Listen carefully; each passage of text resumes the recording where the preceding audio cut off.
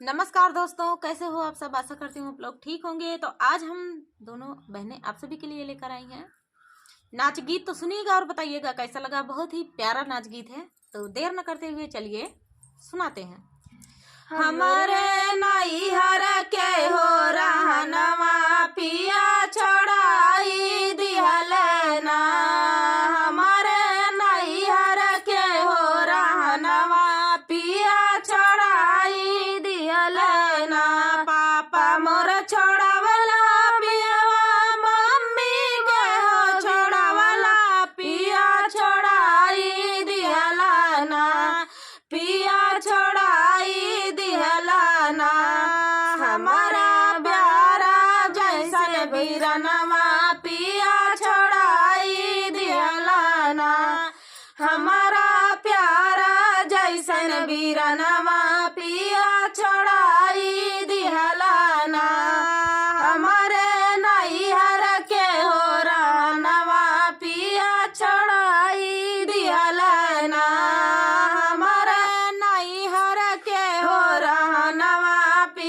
छोड़ाई दिहलाना।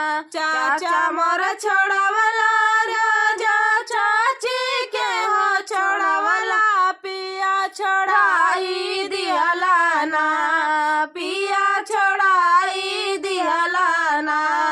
हमारी सीता जैसे बहिनिया पिया छोड़ाई दिहलाना।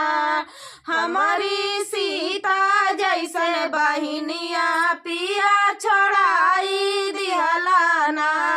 हमारे नैहर के हो रहनवा पिया छोड़ाई दिहलाना। हमारे नैहर के हो रहनवा पिया छोड़ाई दिहलाना। भाभी मोर छोड़ावला राजा भैया के हो छोड़ावला पिया छोड़ाई दिहलाना। पिया छोड़ाई दिहलाना। हमारा प्यारा जैसे भतीजवा पिया छोड़ाई दिहलाना। हमारा प्यारा जैसे भतीजवा पिया छोड़ाई दिहलाना।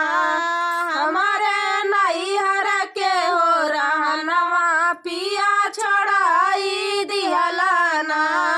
हमारे नैहर के हो रहनवा पिया छोड़ाई दिहलाना। तो दोस्तों, ये प्यारा सा नाच गीत आप सभी को कैसा लगा कमेंट में बताना दोस्तों। तो चलिए दोस्तों, मिलते हैं नेक्स्ट वीडियो में। तब तक के लिए नमस्कार।